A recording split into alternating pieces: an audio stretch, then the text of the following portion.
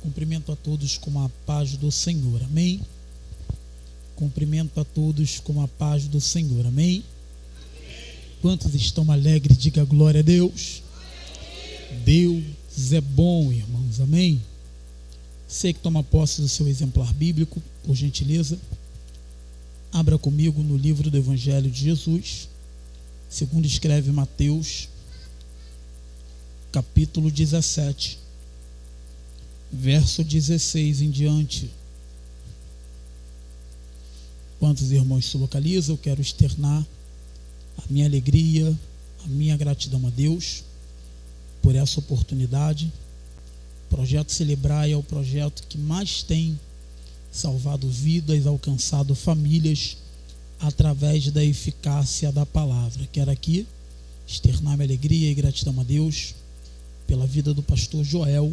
Pastor, o senhor é um paizão, líder desse projeto, tem nos ensinado, e sendo assim almas têm sido alcançadas.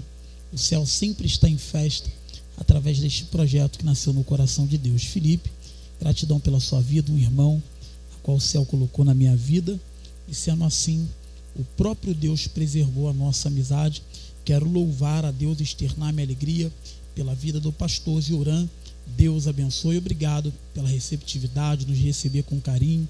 Que Deus abençoe esta linda igreja, a casa do Senhor, e continue abençoando aos demais ministros. Deus abençoe a todos, amém? Queridos, me faz companhia nesta noite minha digníssima esposa Mariane Ribeiro. Deus abençoe a vida desta grande mulher. Eu costumo dizer que é minha preta rara. Deus foi bom e generoso comigo.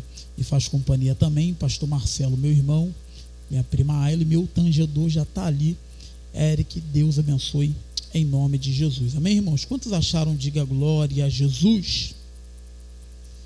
Vamos estar fazendo uso da palavra do Senhor. Mateus capítulo 17, verso 16, diz a palavra de Deus: e trouxe-os até os discípulos e não puderam curá-lo. E Jesus respondendo disse: ó geração incrédula e perversa, até quando estarei eu convosco, e até quando vós sofrereis? Trazei-o aqui. E repreendeu Jesus o demônio que saiu dele, e desde aquela hora o menino sarou. Então os discípulos, aproximando-se de Jesus em particular, disseram: por que não pudemos nós expulsá-lo? E Jesus disse-lhe: por causa da vossa incredulidade. Porque em verdade vos digo que se tiverdes fé como um grão de mostarda, direis ao monte: passa daqui para lá, e há de passar, e nada vos será impossível. Amém? Redobre sua atenção, você que pode, em nome de Jesus. O texto em que lemos, ora está em pauta, trata-se de um texto com bastante riqueza espiritual, tendo em vista que este texto ele é localizado no livro do Evangelho de Jesus, segundo escreve Mateus, que sendo assim é compilado com 28 capítulos e 1071 versículos. Logo, Mateus é conhecido como publicano convertido, que sendo assim, ao compilar este livro, ele vai apresentar Jesus como rei, um rei não que veio estabelecer um trono de ouro, mas sim uma cruz de glória, descrita em João capítulo 12, verso 23. Sendo assim, existiam pelo menos 3 poderes que impeliam Jesus a uma morte de cruz. O primeiro poder trata-se do poder romano. O segundo poder trata-se do poder espiritual. O terceiro poder trata-se do poder religioso. Tendo em vista o primeiro poder, conhecido como poder romano, se formos estudar a história de Roma, iremos entender que Roma vivenciou pelo menos 3 períodos. Quantos períodos? Quantos períodos? O primeiro período conhecido como período de monarquia. O segundo período conhecido como período republicano. E a saber, Roma estava no seu período imperial. Logo, quando olhamos o contexto histórico, iremos entender que foi no período do ano 65 a.C. que o general Pompeu preparou um cerco sobre Jerusalém, e sendo assim, estendeu o domínio na nação peculiar do Senhor. Logo, todos os reis e tetrarcas teve submissão ao poder romano, de modo que, no período do ano 27 a.C., se levanta César Augusto Otaviano, conhecido na história como o terrível ou o temível, porque a sua ação provocava medo, a sua ação provocava temor, sendo assim, sujeitando todos os judeus a temer o Império Romano. Ele vai estabelecer um censo nos dias de Cristo, de modo que permite com que José e Maria sobe para Belém, aonde vai nascer o menino Jesus, descrito no livro de Lucas, capítulo 2, verso 1. Neste período, Herodes o Grande é quem levanta uma afronta contra a vida do menino Jesus. Entenda que o intuito de Herodes o Grande é parar um plano que Deus estabeleceu. Mateus diz que a fúria dele é tão grande que ele vai levantar um período de morte contra todas as crianças do sexo masculino, de modo que ele queria quebrar a profecia do Antigo Testamento de que Deus enviaria o rei dos judeus. Dentro deste período, o próprio Senhor envia um anjo, dando uma ordem para que José viesse abrir fuga, e sendo assim, o próprio Deus o preservar, de modo que nós venhamos entender que tem momentos em nossa vida que é melhor abrir fuga para evitar guerra e trazer a paz para perto. Herodes se levanta e o plano é matar.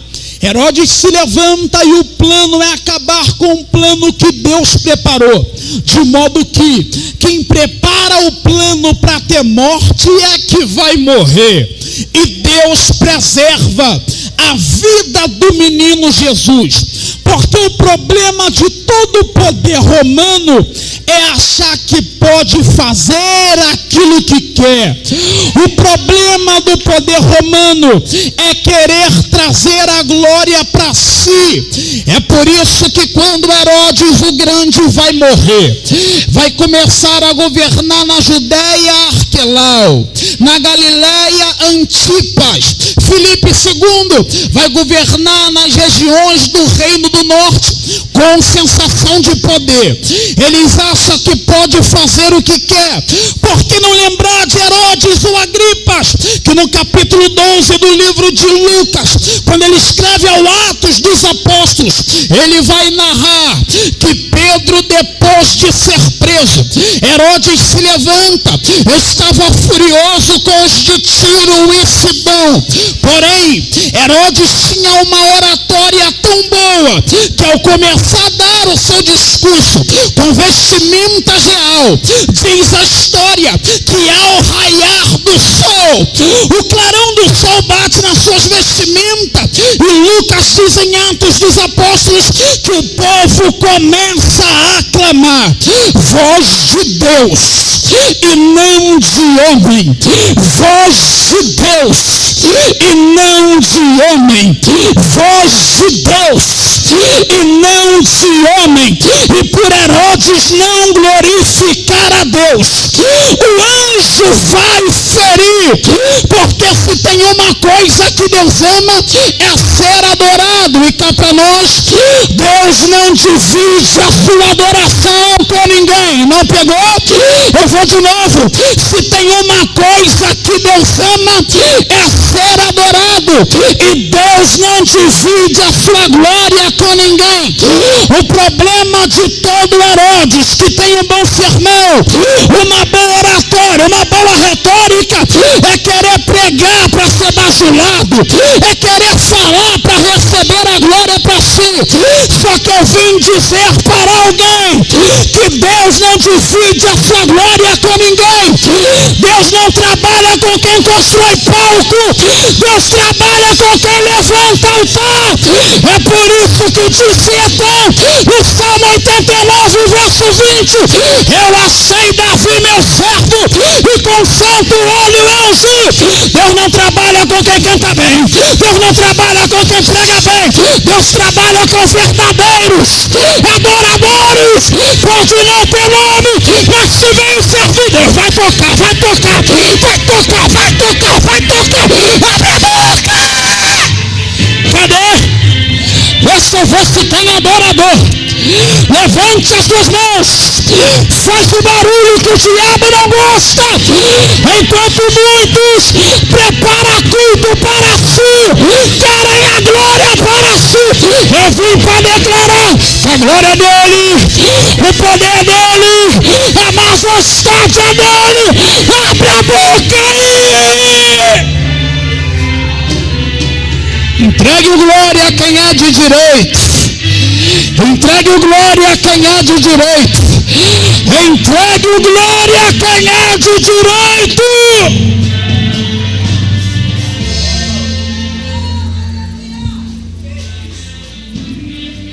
O segundo poder que perseguiu a Cristo foi o poder espiritual, de modo que Cristo, ao ter um encontro com o profeta João Batista, o mesmo disse: aquele que vem após mim, eu não sou digno de desatar a sandália dos pés. Ele declara que Cristo merece a honra. Porque enquanto tem gente que acha que a glória é deles, eu prefiro ficar com o que o arquiteto da teologia cristã disse aos Filipenses: que Cristo, mesmo sendo Deus, não teve por usurpação ser igual a Deus, mas se expulse da sua glória, tornando-se homem em forma de servo, permaneceu até o final. E aí Paulo, é que ele vai dizer que por causa disso todo joelho se dobrará e toda língua confessará que Ele é.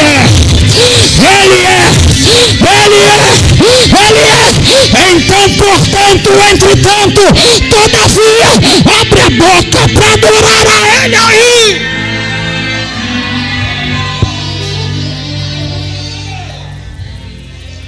A glória dele.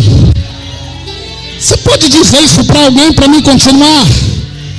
Diga a ele a glória dele. O poder é dele. A majestade é dele. Eu não sou digno de desatar, porque eu batizo com água. Mas o que vem após mim batiza.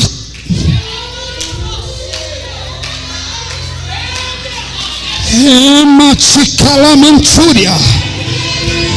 Urimi manacandara probodocobi da candara súria. Ermida candaraia. Adora, adora, adora, adora, adora.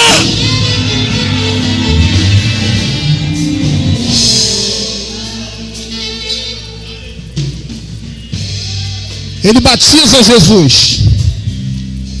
Deus rasga o céu de ponta a ponta. E a voz de Deus ecoa dizendo: é meu filho amado, e nele eu tenho prazer. Pastor Zurã, Deus demonstra a grandeza de Cristo e diz: é meu. e nele eu tenho prazer. Espera aí. O Espírito desce em forma corpórea e Deus brada. Eu vou dizer mais uma vez para a gente frisar. É Deus quem diz: é meu e eu tenho prazer. Jesus sai do cenário do batismo e vai para o deserto para ser tentado. O poder é espiritual. O diabo se apresenta. Olha a estratégia do inimigo. Se é filho de Deus, transforma a pedra em pão. Aí ele diz: não transformo. Por quê? Na palavra está escrito que nem só de pão viverá o homem, mas da palavra que sai da boca de Deus. Como o diabo é paciente e é astuto, ele vai dizer: se é filho de Deus, se curva a mim, tudo isso eu te darei, se se prostrar e se curvar. Porque o diabo é assim, ele te dá tudo só para te ver prostrado. É por isso que tem gente que tem nome, é por isso que tem gente que tem fama, só não tem Deus. Porque para Deus não vale ter tudo, mas não ter a presença, a graça.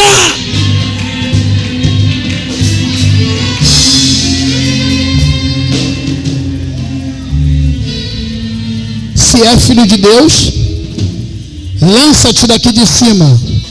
Na palavra está escrito: não tentarás o Senhor teu Deus. Então vamos lá. Perceba que o diabo, toda vez, ele vai olhar para Cristo, e dentro de um cenário totalmente espiritual, as perguntas é repetitiva. Se é filho de Deus, se é filho de Deus, se é filho de Deus. Espera aí. Se o diabo foi expulso do céu, ele sabe quem Cristo é. E se todavia ele tentou Cristo, ele ouviu a voz que bradava dizendo: é meu, e nele eu tenho prazer. Borges, por que ele olha para Cristo e diz: se é filho de Deus? Porque a maior estratégia do diabo é tentar apagar da tua mente quem o céu já decretou que você é. Ah, não pegou? Eu vou repetir. É por isso que Deus derrama a promessa, Deus derrama a graça, e todo dia o diabo bate na tua porta tentando testar a tua fé. E o céu está dizendo: é por isso que quanto mais o diabo se levanta, mais eu te dou resistência, para você entender que a promessa não morreu, a promessa está de pé. Segura. O terceiro poder que tentou Cristo foi o poder religioso. Haja vista, cúpulas perseguiam a Cristo a fim de o matar, de modo que no capítulo 16 do livro de Mateus, os saduceus e os fariseus vão se aproximar de Cristo e eles vão dizer: se é filho de Deus, manda-nos um sinal do céu. Cristo prepara o cenário e diz: quando vem a tarde vocês dizem: o céu está vermelho, o dia vai bem.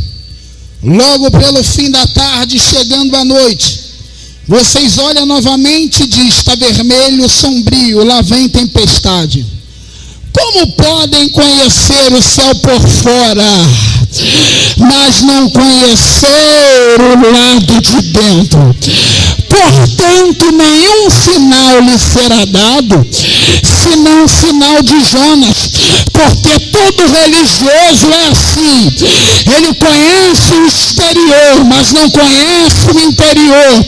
Julga por aquilo que você é por fora, mas não reconhece o que existe do lado de dentro. Já percebeu que o problema de todo religioso é querer mostrar santidade para julgar, mas não vive a metade da vida com Deus que você vive? É por isso que quem fala muito erra muito. Vai ter gente que vai te apontar, mas o céu está dizendo: no momento certo a honra vai chegar.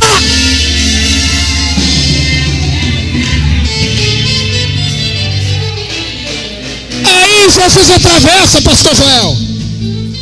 O discípulo está desesperado, porque a travessia foi longa, o dia está cansativo, estamos na labuta. Então alguém diz: temos fome e acabou o pão. Só que Jesus vai dizer: acautelai-vos do fermento dos fariseus. Eu vou repetir. Alguém vai dizer: acabou o pão. Só que Jesus vai dizer: acautelai-vos dos fermentos dos fariseus. Por que Jesus vai mandar eles acautelar do fermento dos fariseus? Porque o problema de todo religioso é querer inchar com fermento, para ter aparência de santo por fora e não reconhecer que é profano por dentro. Já percebeu? Que o pão de padaria, o que conhecemos como pão de sal, o pão fermentado, é formoso por fora, mas do lado de dentro é outro. Qual é a estratégia que Jesus quer usar para os discípulos? É que todo fariseu é bonito por fora, mas é vazio por dentro. E quem está consolidado na palavra tem resistência para apanhar, mas permanecer para suportar. Ah, não pegou? Então vamos melhor para ver se alguém pega, quer ver? Joga fermento numa fofoca, ela cresce. Joga fermento numa contenda, ela cresce. Joga fermento na panelinha, ela cresce. Só que agora, joga a palavra, a fofoca sai. Joga a palavra, o lado inteiro sai. Joga a palavra, a contenda sai. Porque o fermento não fica de pé diante da palavra que sai da boca de Deus. Levante as suas mãos. Eu vim pregar para quem entende que a palavra ainda é lâmpada para os meus pés e luz que ilumina os meus caminhos. É palavra, é palavra, é palavra.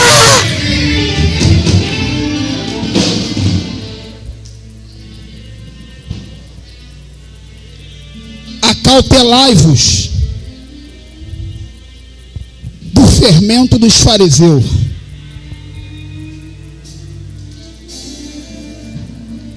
Cristo resolve dar uma aula teórica para os seus discípulos, porque o mesmo sabia que seria assunto ao céu.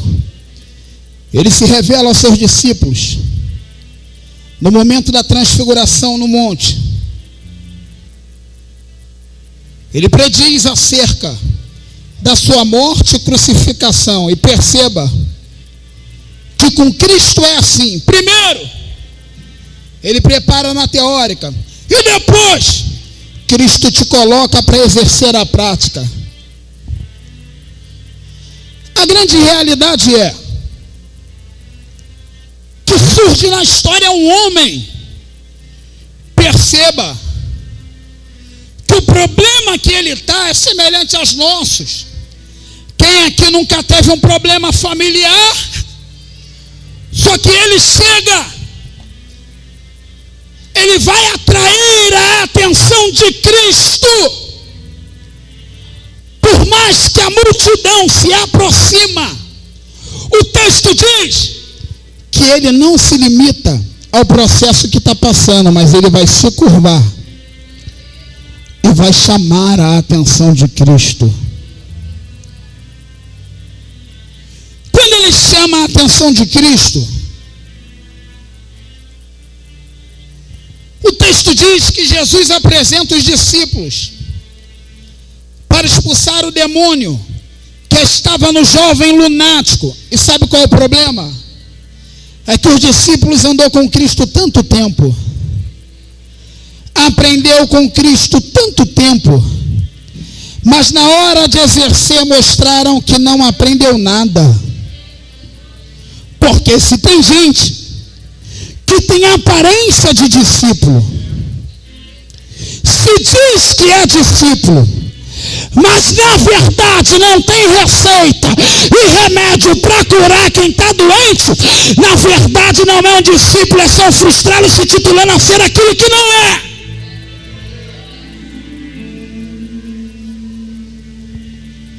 Então Jesus, ele aparece na história e o texto diz que ele vai repreender a possessão maligna que estava naquele jovem. Se coloque de pé.